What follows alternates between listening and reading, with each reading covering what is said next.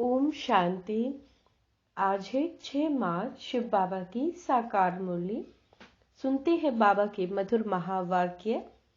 बाबा कहते हैं, मीठे बच्चे, बाप तुम्हें नई दुनिया के लिए ज्ञान देते हैं।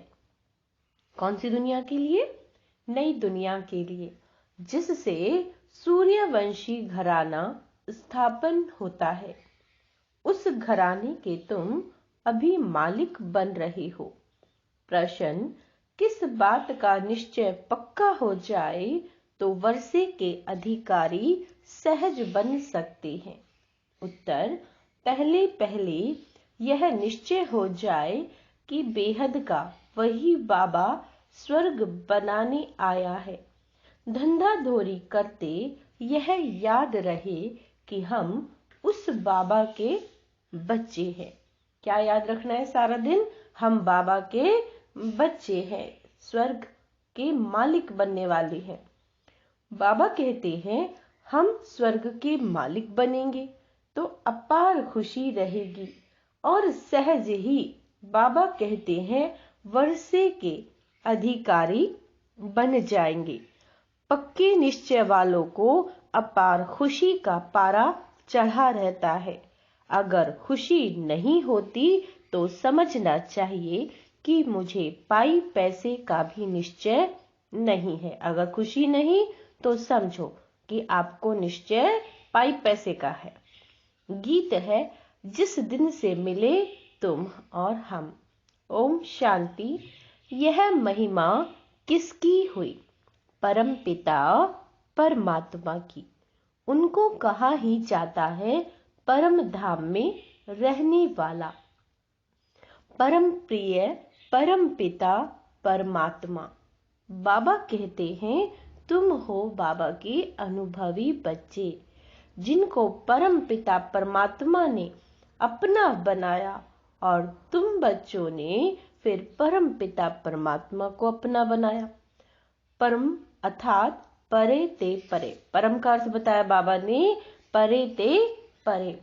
अब आत्मा को बुद्धि में आता है कि हम आत्मा वास्तव में परम धाम में परम पिता परमात्मा के पास रहने वाली है। दुनिया में और किसी को ये नॉलेज नहीं है।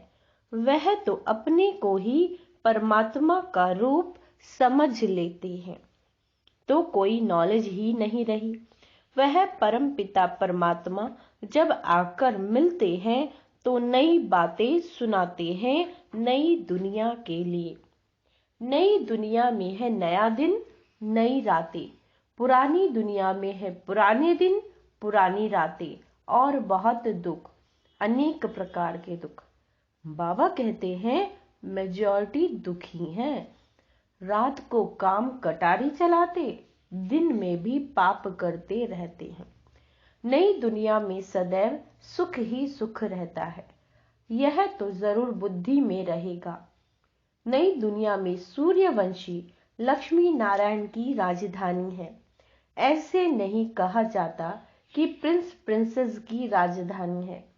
राजा रानी की भी, बाबा कहते हैं, राजा रानी की ही राजधानी कहा जाता है। बरोबर सतयुग में श्री लक्ष्मी नारायण का घराना था। स्वर्ग होने के कारण बहुत सुख था। उस सुख के लिए बाबा कहते हैं, मीठे बच्चे, तुम पुरुषार्थ करते हो। वह है पावन राजधानी। बाप तुमको उस नई दुनिया का मालिक बनाते हैं। उसी समय विश्व में और कोई घराना व धर्म नहीं होता। ना कोई और घराना होगा और ना कोई और धर्म होगा। बाबा कहते हैं, जब कोई को समझाते हो तो फिर लिखाओ कि हाँ, यह यथार्थ बात है। घड़ी घड़ी रिवाइज कराने से निश्चय होगा। नई पावन दुनिया में बरोबर तथा राजा रानी तथा प्रजा पावन ही होते हैं, सदा सुखी रहते हैं। बाबा कहते हैं, अब तो सदा दुखी हैं। संगम पर भेंट की जाती है, कलयुग अंत में क्या है और सतयुग आदि में क्या होगा। आज क्या है कल क्या होगा। अब बेहद की रात पूरी होती है, फिर कल दिन में राज्य करेंगे। आज पतित दुनिया है, कल पावन दुनिया होगी। साधु संत आदि सब गाते हैं, पतित पावन सीता राम।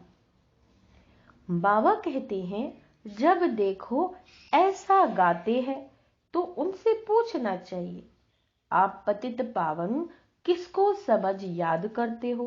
पतित पावन कौन है? पावन करने वाला कौन है? पतित दुनिया और पावन दुनिया कैसे है? जरूर पतितों को पावन बनाने वाला आएगा तो पावन बनाकर पावन दुनिया में ले जाएगा। कलयुग अंत को पतित दुनिया, सतयुग आदि को पावन दुनिया कहा जाता है। उसको ही सब याद करते हैं। पावन दुनिया है ही स्वर्ग, तो जरूर स्वर्ग स्थापन करने वाला निराकार परम पिता परमात्मा ही है। पावन दुनिया स्वर्ग का रचयिता है ही परम पिता परमात्मा। नरक को रचयिता रावण की महिमा नहीं होती, उसको जलाते रहते हैं। किसको? रावण को। बाबा कहते हैं मनुष्य जानते नहीं है, नाम रख दिया है रावण। इन जैसा मनुष्य कोई हो ना सके। मनुष्य तो पुनर्जन्म लेते हैं, नाम रूप बदलते हैं। रावण का नाम रूप कभी बदलता नहीं। यह 10 शीश ही चलते आते हैं, दिन प्रतिदिन फुट आधा लंबा ही बनाते जाते हैं। क्यों? क्योंकि रावण अब बड़ा हो जाता है। इन 5 विकारों को ही बाबा कहते हैं रावण कहते हैं। यही दुख देते हैं, पतित बनाते हैं, तो इन विकारों को छोड़ना चाहिए। साधु संत आदि बहुत करके ये विकार ही दान में लेते हैं। कहते हैं अच्छा झूठ बोला हमको दे दो। अक्सर करके काम विकार के लिए कहते हैं कि मास में 1-2 बार जाओ, परंतु यहाँ तो 5 विकारों की बात है। सिर्फ एक चोर को पकड़ेंगे तो फिर दूसरे चोर चोरी करने लग पड़ेंगे। तो यह कोई को भी समझाना बहुत सहज है। पतित आत्मा महान आत्मा कहा जाता है। पतित परमात्मा महान परमात्मा नहीं कहेंगे। तो पावन कौन बनाएगा? जरूर भगवान के लिए ही इशारा करेंगे। ऊपर नजर जाएगी, भला वे कब आएंगे? उनका नाम क्या है? भारत में शिव जयंती तो प्रसिद्ध है, उनका नाम ही शिव है और कोई नाम नहीं देते। बुद्धि में लिंगाकार ही आएगा। सोमनाथ कहेंगे तो भी बुद्धि में लिंग आएगा, है ना। अभी तुम्हारी आत्मा जानती है परमात्मा भी हमारे जैसा ही स्टार है। क्या है? परमात्मा हमारे जैसा स्टार। यह जो सितारे हैं उनको नक्षत्र देवता भी कहते हैं। नक्षत्र देव भगवान नहीं है, तुम नक्षत्र सितारे हो। तुमको भगवान नहीं कहेंगे तो परमात्मा है बिंदु। परंतु पूजा कैसे करें? बाबा पूछ रहे हैं पूजा कैसे करें? तो भक्ति मार्ग वालों ने लिंग रूप बना दिया।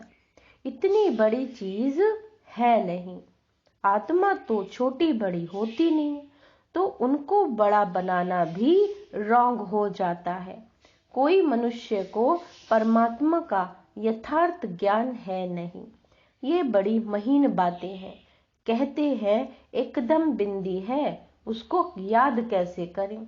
अरे आत्मा को अपने बाप को याद करना ये तो बहुत सहज है। सिर्फ बाप की महिमा न्यारी है। अंडरलाइन। बाबा को याद करना बहुत सहज है और बाबा की महिमा कैसी है? बहुत ही न्यारी है। आत्मा तो एक जैसी ही है। आत्मा में ही अच्छे व बुरे, ऊंचे व नीचे संस्कार है। आत्मा में ही नॉलेज है। आत्मा कितनी छोटी है। मनुष्य गरीब अथवा साहूकार बनते हैं, वह भी आत्मा के संस्कार अनुसार। अभी तुम बच्चों की बुद्धि में ये सारा ज्ञान है। मनुष्य परमात्मा को नहीं जानते, इस कारण आत्मा का भी ज्ञान नहीं है। उल्टा ईश्वर को सर्वव्यापी समझ लिया है। आत्मा ही यह सारा धारण करती है। आत्मा ही एक शरीर छोड़कर दूसरा लेती है संस्कारों के अनुसार। यह आत्मा बात करती है। मनुष्य अपने को मनुष्य समझ के बात करते हैं। यहाँ अपने को आत्मा समझने की प्रैक्टिस करनी पड़ती है। क्या प्रैक्टिस होमवर्क दिया बाबा ने?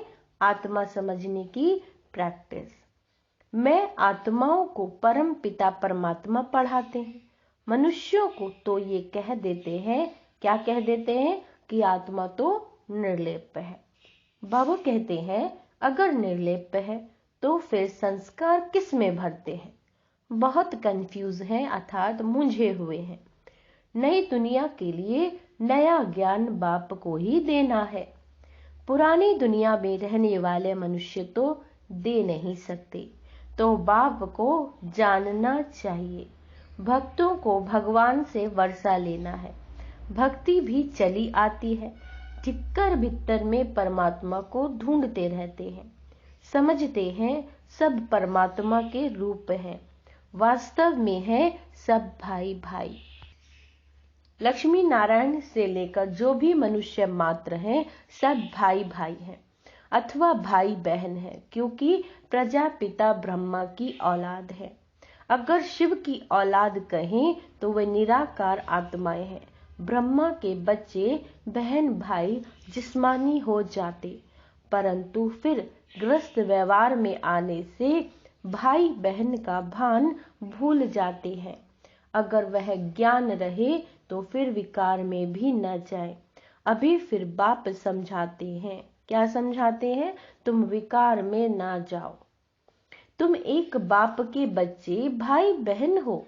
अभी ब्रह्मा सामने बैठे हैं, तुम उनके बच्चे भी के हो। यह युक्ति है ग्रस्त व्यवहार में रहते पवित्र बनने की। जनक का भी मिसाल है ना। पहले सिर्फ एक बात का निश्चय हो जाए कि बाप आया हुआ है स्वर्ग बनाने। बस ये तीर लग जाए तो झट बाप का बन जाए। बाप कहते हैं तुम हमारा बन जाओ तो हम तुमको स्वर्ग का मालिक बनाएंगे। निश्चय है कि यह वही बेहद का बाप है। हम वर्षा जरूर लेंगे। मन मनाभव मध्याजी भवा। कितनी सहज बात है। धंधाधोरी करते बुद्धि में यह स्मृति रहे कि हम बाबा के बच्चे हैं। तो क्या याद रखना है? एक तो आत्मा का पाठ पक्का करने के लिए बाबा ने कहा है, और ये भी कहा है कि धंधाधोरी करते हुए भी आज क्या याद रखना है? कि मैं तो शिव बाबा का बच्चा हूँ। ठीक है, हम स्वर्ग के मालिक बनेंगे, ये भी याद रखें। तो यह खुशी रहेगी। यह 84 जन्मों का चक्र है।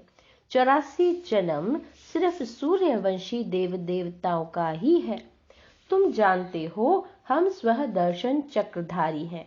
सिर्फ चक्र कहने से जन्म सिद्ध नहीं होते, इसीलिए कहना है कि हम 84 जन्मों को जानने वाले स्वः दर्शन चक्रधारी हैं।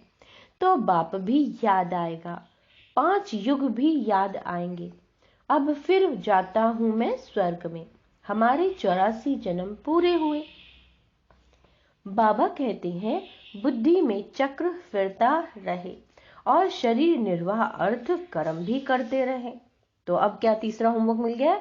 स्व दर्शन चक्र घुमाने का। बाबा कहते हैं स्व दर्शन चक्र का ज्ञान मेरे भक्तों को देना। उनको समझाने से झट ये निश्चय होगा बरोबर हम 84 जन्म लेते हैं। 84 जन्म ना लेने वाला होगा तो उनको धारणा ही नहीं होगी। 84 जन्मों का अर्थ ही है पहले पहले हम सूर्यवंशी में आएंगे। थोड़ा भी कोई सुनकर जाएगा तो स्वर्ग में जरूर आएगा, परंतु 84 जन्म नहीं लेंगे, देर से भी आ सकते हैं। उनके फिर 84 जन्म थोड़े ही होंगे। यह ज्ञान की कितनी महीन बातें हैं, कितना हिसाब किताब है। फिर भी बाबा कहते हैं, अच्छा, अगर इतना गुह्य राज नहीं समझते हो तो भल बाप का बन वर्षा तो ले लो। हम शिव बाबा के बच्चे हैं, वह स्वर्ग का रचयिता है। यह नशा रहना चाहिए, परंतु माया ठहरने नहीं देती। क्या ठहरने नहीं देती? नशा, खुशी का नशा नहीं ठहरने देती। कोई तो कहते हैं बाप और वर्षे को याद करना ये कोई बड़ी बात नहीं, माया हमको क्या करेगी, हम तो जरूर वर्षा पाएंगे। कितनी सहज बात है।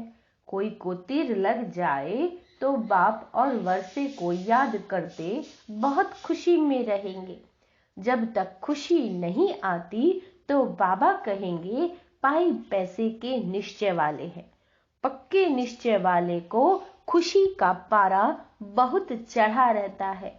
कोई राजा की बाबा कहते हैं संतान नहीं होती तो कहते हैं किले के अंदर जो पहले पहले आएगा उनको गोद में लेंगे। फिर क्यों लग जाती है? मैच में भी क्यों लगती है ना, दूध की बोतलों में भी क्यों लगती है।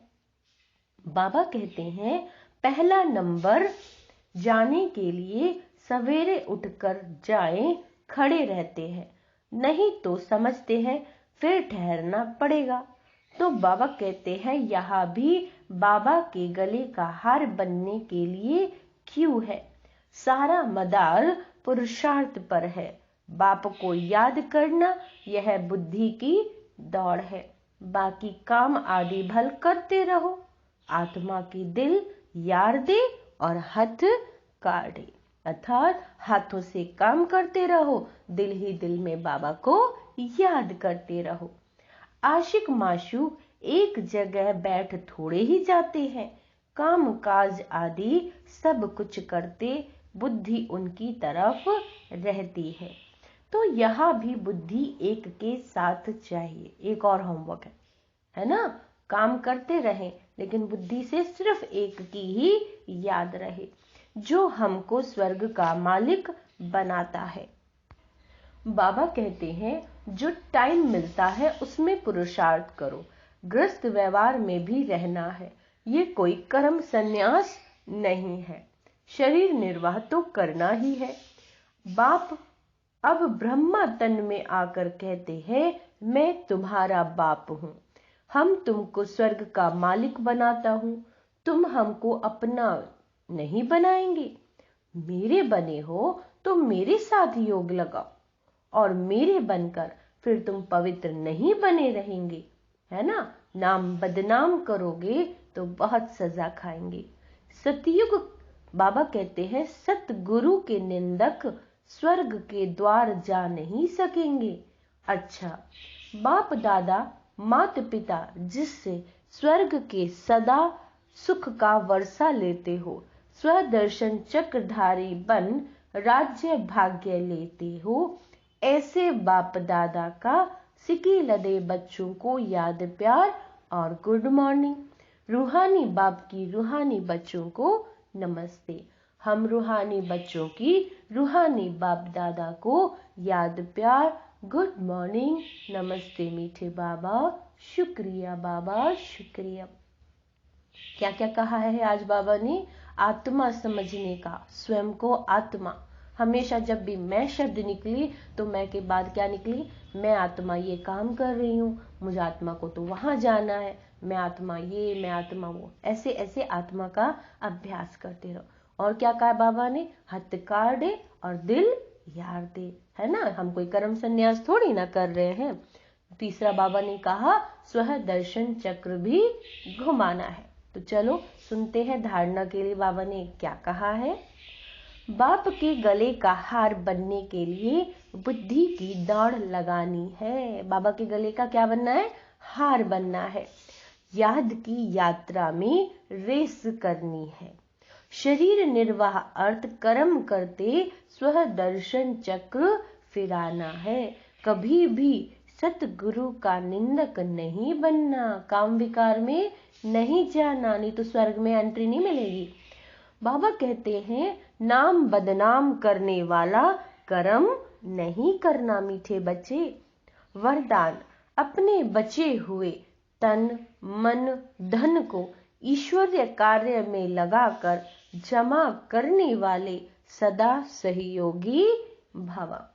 यादगार में जो गोवर्धन पर्वत को उठाने में हर एक की जो उंगली दिखाई है, बाबा कहते हैं वो आपके सहयोग की निशानी है। चित्र में बाप का यादगार साथ भी दिखाते हैं तो सेवा भी दिखाते हैं। अभी आप बच्चे बाप दादा के सहयोगी बने हो तब यादगार बना है। भक्ति में तो तन मन धन जो कुछ लगाया उसमें 99% गवा दिया, बाकी जो 1% बचा है उसे अब सच्चे दिल से ईश्वरीय कार्य में लगाओ। तो बाबा ने कहा तो फिर से आपका पदम गुणा जमा हो जाएगा। ठीक है, स्लोगन है जो निर्माण बनते हैं, क्या बनते हैं? निर्माण। उन्हें स्वतः सर्व का मान प्राप्त होता है। जैसे कि खजूर का पेड़ होता है, तन के एकदम सीधा लंबा खड़ा रहता है ना, देखने में भी ऊंचा है और ना किसी को छांव लगती ना किसी को फल देता है, तो कोई सुखदायी नहीं होता।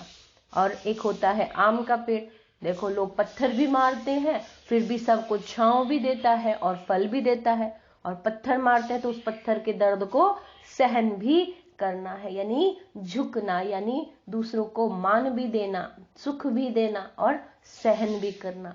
तो ऐसा निर्माण चित्त हमें बनना है। बाबा कहते हैं जो निर्माण चित्त बनते हैं उन्हें सभी का मान प्यार सब कुछ मिलता है। अच्छा, ओम शांति।